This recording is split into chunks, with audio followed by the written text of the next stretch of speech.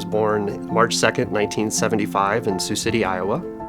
I was kind of a happy-go-lucky kid. And then my dad left.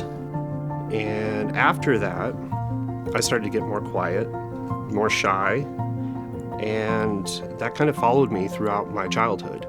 So middle school, the anxiety really ratcheted up. There were fights daily, and I had kind of this disposition of when I saw violence, it would make me sick to my stomach.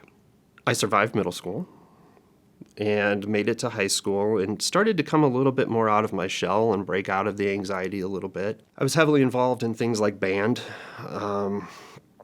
I did start to play soccer, so I played on the high school soccer team. Yeah, music was kind of my thing. So we had different garage bands. I played bass because nobody else played bass. Everyone wanted to be a drummer or a guitar player, and I was like, oh, I can get a lot of playing time if I'm a bass player.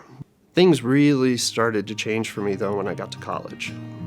And that's where I met Matt, was on the first day of college. We were in a small orientation group. We were supposed to go around, use an alliterative term to introduce ourselves. So I said, I don't know, I'm Jumpin' Janie, I guess. Even though I'm like super shy. I couldn't quite see her. She was kind of hidden behind some other people. It got to me and I couldn't come up with anything, so I said, I'm Measly Matt. And I'm like, who's that? You know, we're supposed to say something that we're into, and so I said, I like to do art. And so I see this head poke around another person and say, what kind of art do you do? And he said, oh, you wouldn't understand. I thought, like, this is so on, buddy. Like my 18-year-old self, I just want to go back and smack him.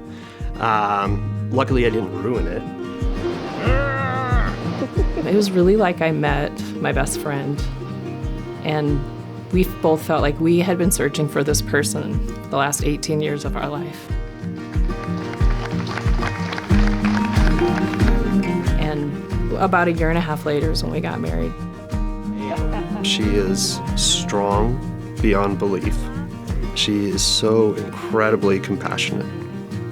You know, if love was a currency, she'd be one of the richest people on the planet. 4 years into our marriage, I think it was, he started to withdraw. He no longer wanted to do anything, wanted to sleep.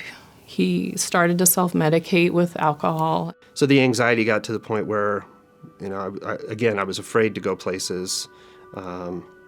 You know, I'd say to Janie, oh, let's just stay in. He started doing kind of like ritualistic things, locking the door differently, turning the water on and off. The anxiety would kind of kick in, and then I would do a ritual to try to combat the anxiety. And it would work, but it was a temporary fix. Then when I was 25, I decided I wanted to get over my fear of heights, so I was going to go skydiving.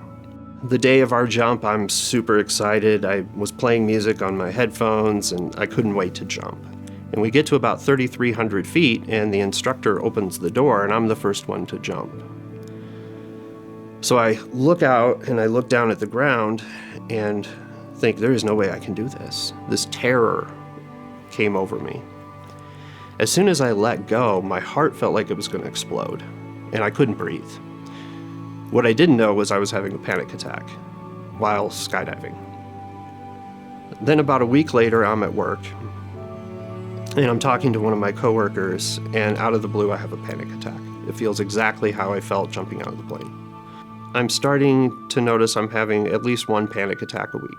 And it gets to the point where I'm starting to have a panic attack a day.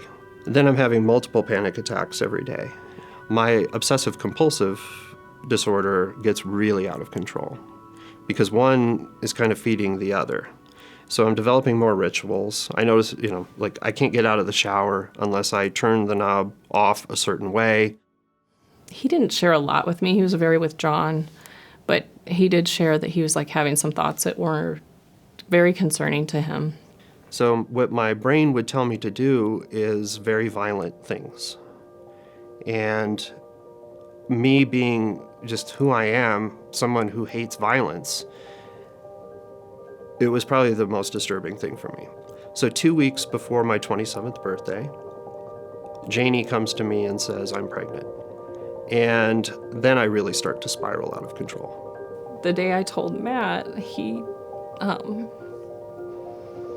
I guess I just imagined he would scoop me up and spin me around, and it would be this super amazing time, like super special moment for us, and it wasn't. And I think that's the first time I realized there's something really wrong. I wake up the next day. I shouldn't have gone to work, but I did. I drove myself there. I sat down at my desk, and it was a Friday, and a lot of people were coming with, where are my projects? How, is this going to be done next week? I was a graphic designer at the time. And I just stood up, turned around, and looked at my boss and said, I need to leave right now or I'm going to hurt someone. And she just gave me this blank stare. And she said, okay. So I walk out of the building and I call Janie and I said, I need you to meet me at the hospital. He seemed really kind of numb and like a shell of himself. I really thought that they would take him away and he would never come back the same guy. But it was also like the best day of our lives because he was given a new chance. The doctor who was there at the time said, we're going to put you on the right medication and we're going to monitor you the next few days. You're not going to spend the rest of your life here. You're going to get better. And that's the first time I had hope in a very long time. That alone was a huge weight that was lifted off of my shoulders.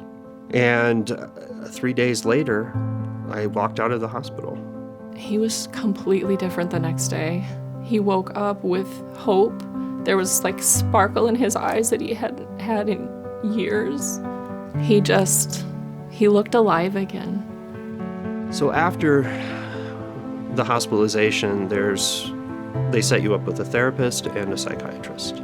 So mindfulness became a big part of how I got healthy because through the act of meditation, sitting on a cushion, I could actually watch my thoughts.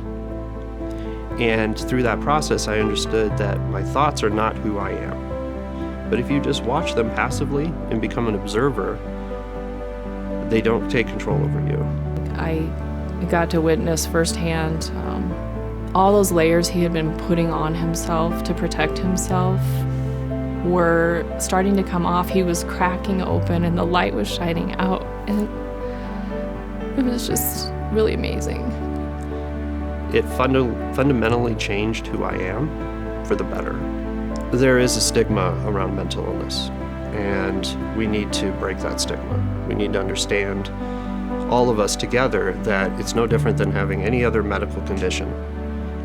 It'll still bubble up. There's moments, 17 years later, that I still have anxiety, especially before I'm, to go on stage and give a speech. But I've learned that I can channel that energy. I can change it from one of fear to one of excitement, because they're kind of the same. One of the most powerful gifts you can give to yourself is to get healthy. And it's okay to ask for help.